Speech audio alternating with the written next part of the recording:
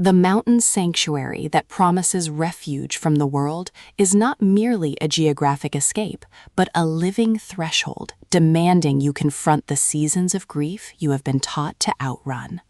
And true belonging requires not cultivating perfection for external admiration, but integrating the wildness of your own cycles until growth becomes an act of embodied sovereignty rather than curated performance. In AspenRidge, Michelle Wiberg transforms the small-town romance trope into profound exploration of seasonal healing and feminine reclamation, proving liberation isn't found in eternal spring. It's forged in honoring the winter within, when every cultural narrative demands you remain perpetually blooming.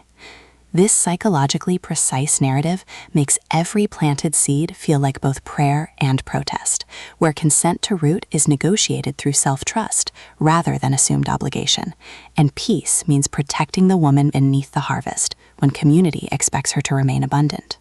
From pine-scented and frost narration, listeners enter worlds where cultivation is syntax and presence is the only true fertility, perfect for fans of emotionally intelligent women's fiction, where female complexity defies pastoral expectations. When landscape architect Alara Vance inherits her grandmother's AspenRidge nursery expecting quick renovation, she discovers the overgrown grounds mirror the exact suppression she's endured beneath decades of performative productivity.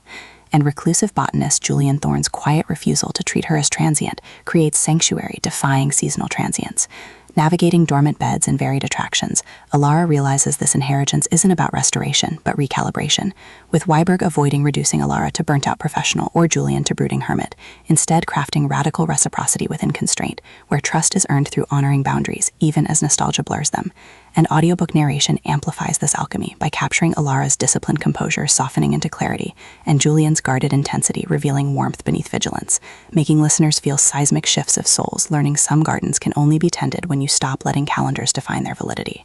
What elevates this beyond typical small-town fare is portraying horticultural intimacy as somatic practice rather than romanticized escapism, with Alara confronting how achievement culture equated worth with output, while Julian creates space where her contradictions exist without diminishment, their relationship evolving through shared silences during snowmelt, bypassing performance, rhythms protecting both ecological integrity and psychological safety, and mutual defense against developers mistaking dormancy for death, supported by townspeople encoding suppressed grief, elders carrying intergenerational wisdom, and the ridge itself absorbing centuries of unspoken bargains, reinforcing that in extraction-based systems, tenderness towards cycles is technique, and presence is sustainable resource, with planting schedules mirroring emotional integration and seasonal rituals becoming metaphors for earned trust. For audiobook listeners, this production is immersive descent into sacred rhythm, with narrators embodying Alara and Julian with remarkable distinction, sound design anchoring existential stakes through distant wind chimes, rain against greenhouse glass, and hushed breath syncing with moments of clarity, pacing mirroring seasonal cadence from deliberate reflection to surging awakenings,